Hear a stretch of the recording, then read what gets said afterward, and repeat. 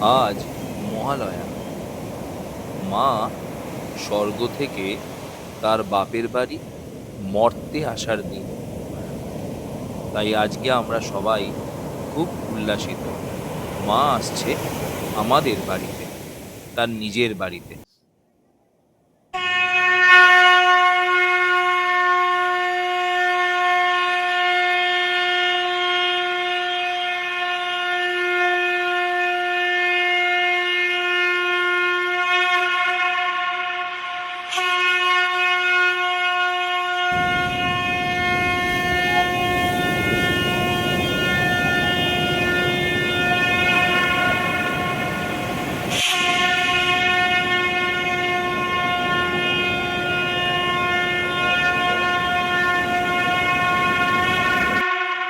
মায়ের এই আগমনী তিথিতে আমরা সবাই পুরীর সমুদ্রের বিচে সূর্যের লাল আভা রশ্মিতে মায়ের আশীর্বাদ নেবার জন্য উপস্থিত ছিলাম।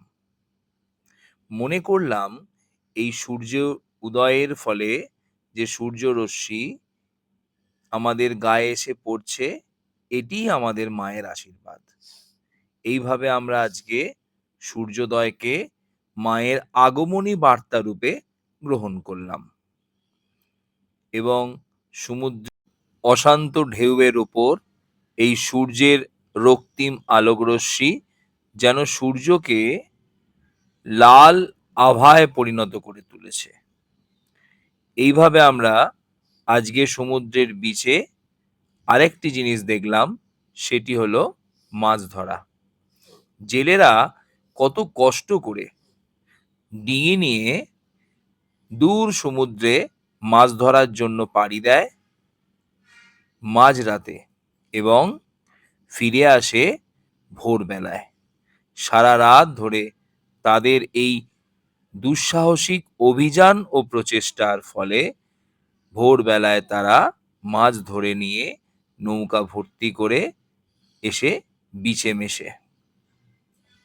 আমরা আজকে মাছ ধরার দৃশ্য দেখব এবং তোমাদেরও দেখাবো।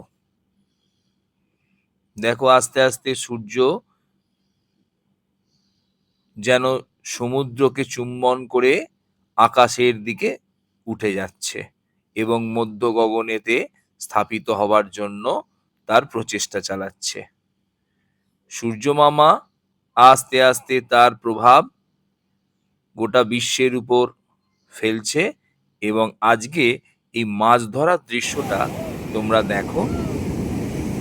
বিচেতে উট চলে যাচ্ছে আস্তে আস্তে, ঠান্ডা বাতাস বইছে এবং সূর্যের তাপের সাথে সাথে সমুদ্রের গর্জনও বেড়েই চলেছে। বিভিন্ন নৌকা মাছ ধরে নিয়ে আস্তে আস্তে তাদের গন্তব্যে ফিরে আসছে। এ এক দুঃসাহসিক অভিযান, সত্যি তাই। তারা তাদের জীবনকে বাজি রেখে দেখো তোমরা কিভাবে এরা মাছ ধরতে যায় মাঝ সমুদ্রে। আজকে তোমাদের মাছ ধরার একটা গল্পই বলছি এবং সেখানে তোমরা দেখো কি কি ধরনের মাছ তারা মাঝ সমুদ্র থেকে ধরে আনে।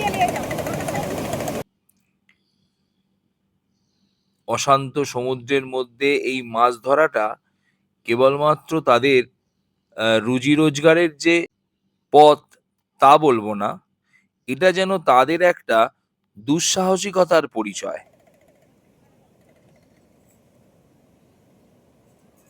আজকে অনেকগুলি নৌকা আস্তে আস্তে নিরাপদভাবে তীরে ফিরছে এবং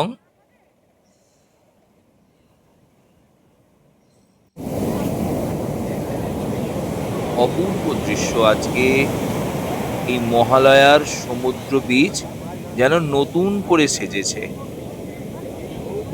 একদিকে দুঃসাহসিক অভিযান আর আরেকদিকে মলিনতা এবং সৌন্দর্যের প্রতীক এই সমুদ্র।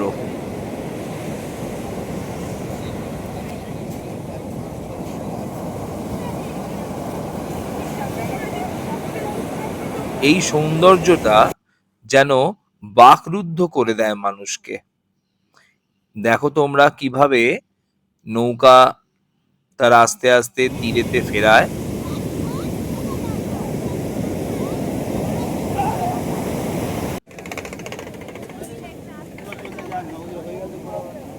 দেখো বন্ধু, এরা কিভাবে এরা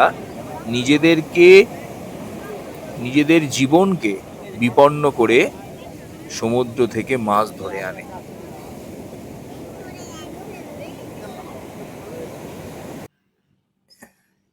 এখানে বিভিন্ন নৌকায় জাল খুলে খুলে মাছগুলোকে বার করা হচ্ছে। বিভিন্ন ধরনের মাছ এই জালের মধ্যে ধরা পড়ে। তার মধ্যে প্রধানত কাঁকড়া, শামুক, কিছু ঝিনুক, লোটে মাছ এবং বিভিন্ন ধরনের ট্যাংরা মাছ, সামুদ্রিক ট্যাংরা, স্যাটিন মাছ, বিভিন্ন ধরনের মাছ দেখো তোমরা এখানে দেখতে পাচ্ছ। পমফ্রেট মাছও ধরা পড়ে অনেক সময়।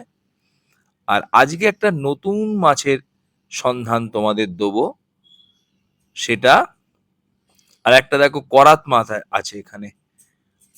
ফিতা মাছ, এটাকে ফিতা মাছ বলে, লম্বা মতো ফিতা মাছ।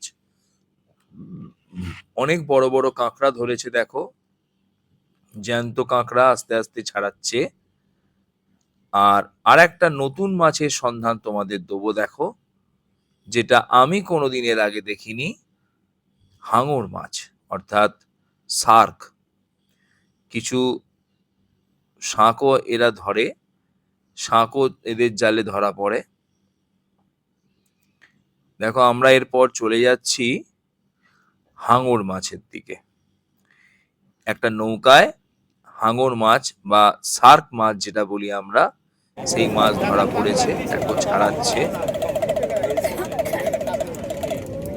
আস্তে আস্তে মাছটাকে খুব সন্দর্পণে বার করা হচ্ছে। এবং মাছটা দেখো,